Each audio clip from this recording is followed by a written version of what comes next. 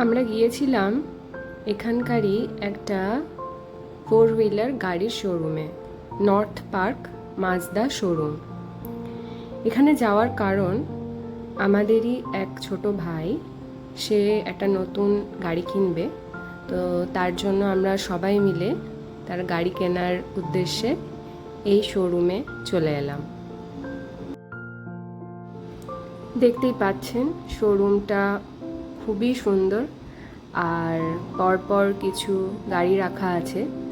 এই মডেলগুলোর প্রত্যেকটাই খুব সুন্দর। বিশেষ করে এই অলিভ কালারের যে গাড়িটা, সেটা আমার খুব পছন্দের। চলুন দেখে নেওয়া যাক বাকি আর কি কি গাড়ি এখানে আছে। গাড়ির সিলেকশন কিছুক্ষণ আগেই হয়ে গেছে, কিন্তু তার কাগজপত্র করতে কিছুক্ষণ সময় লাগবে, তাই আমাদেরকে ওয়েটিং লাউঞ্জে ওয়েট করতে বলা হলো। তো আমরা এখানকার ওয়েটিং লাউঞ্জে চলে এলাম, এখানে ওয়েট করব। আমরা বাঙালিরা তো আর শুধু হাতে অপেক্ষা করতে পারি না, তার জন্য চাই কিছুটা চা বা কফি। যাই হোক, এখানে চা পাওয়া দুষ্কর। এখানে কফি মেকার ছিল, এখান থেকে আমরা সবাই একটু করে কফি বানিয়ে নিলাম। আর কফি খেতে খেতে কিছুক্ষণ অপেক্ষা করলাম এবং কিছুক্ষণ এই শোরুমের আশেপাশের এরিয়াগুলো একটু চোখ বুলিয়ে নিলাম। এই জায়গাটায় এসে আবার দেখি র্যাকে গাড়ি রাখা আছে, একটা ওপরে একটা নিচে। আবার সামনে কিছু দূর এগিয়ে এখানে এদের একটা গাড়ির সার্ভিসিংয়ের এরিয়াও আছে।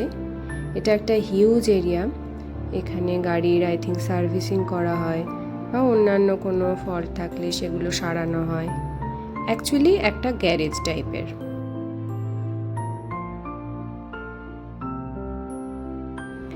এরপর চলে এলো সেই মুহূর্ত যখন নতুন গাড়িটা আমাদেরকে দেখতে যাওয়ার জন্য বলা হলো। আমরা চলে এলাম নতুন গাড়িটার কাছে।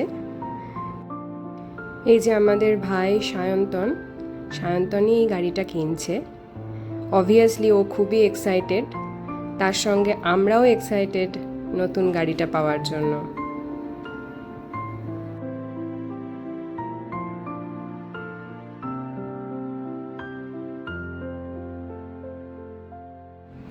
এরপর চলে এলো সেই মুহূর্ত যখন এই বয়স্ক ভদ্রলোক ইনি গাড়ির চাবিটা সায়ন্তনকে হ্যান্ড ওভার করলেন এবং আমাদের কিছু বিশেষ মুহূর্তের ছবি উনি ক্যাপচার করে দিলেন। তার জন্য ওনাকে অসংখ্য ধন্যবাদ। এবং আমাদের সবাইকেই বললেন গাড়ি চালানোর সময় যথেষ্ট সতর্ক হওয়ার জন্য।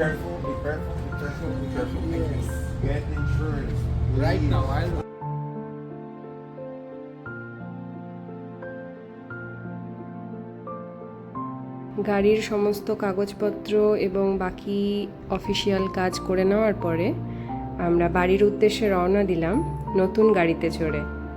এ এক আলাদাই অনুভূতি, আলাদাই অভিজ্ঞতা।